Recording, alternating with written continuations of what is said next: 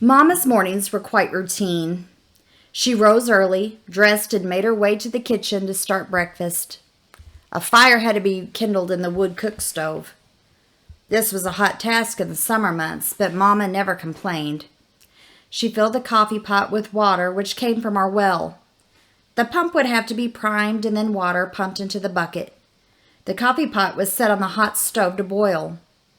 Most mornings, breakfast was bacon and eggs, gravy, and a bread pan full of homemade biscuits. Everybody was up by the time it was cooked. Conversation around the table was about what chores had to be done for the day. The first day of May was declared yard cleaning day. We would go over to the field and cut limbs off of a buckbrush bush and tie them together to make little brooms. We would sweep the yard of the sticks, gravel, glass, whatever, until it met her approval. And it really did work. And then we could play in the yard barefoot without worrying about stepping on things. Mama liked flowers. I would roam the hills in the spring and summer looking for shiny rocks to go around her flower beds. I liked the pretty moss that grew on the hills, and I would bring it back too. Mama loved her roses. Her roses were pink and red, and they grew so pretty and hung over the fence. We had hollyhocks of all different colors and Easter lilies and flags, and sunflowers and poppies were sown in her garden. Her apron was used for carrying chicken feed and eggs and those cute little chicks. We sold eggs at Roy Mann's store for a little spending money for candy. The wood cook stove had lids with a lid lifter with notches on the edges so they could be lifted off the burner. They had to be lifted to replenish the wood for the fire. It had a warming oven on top for keeping things warm and a regular oven to bake in. There was a reservoir for keeping your water warm. Wood would have to be kept all year round to cook with.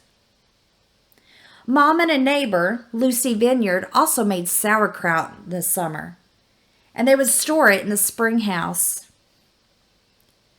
Every day the cows were milked.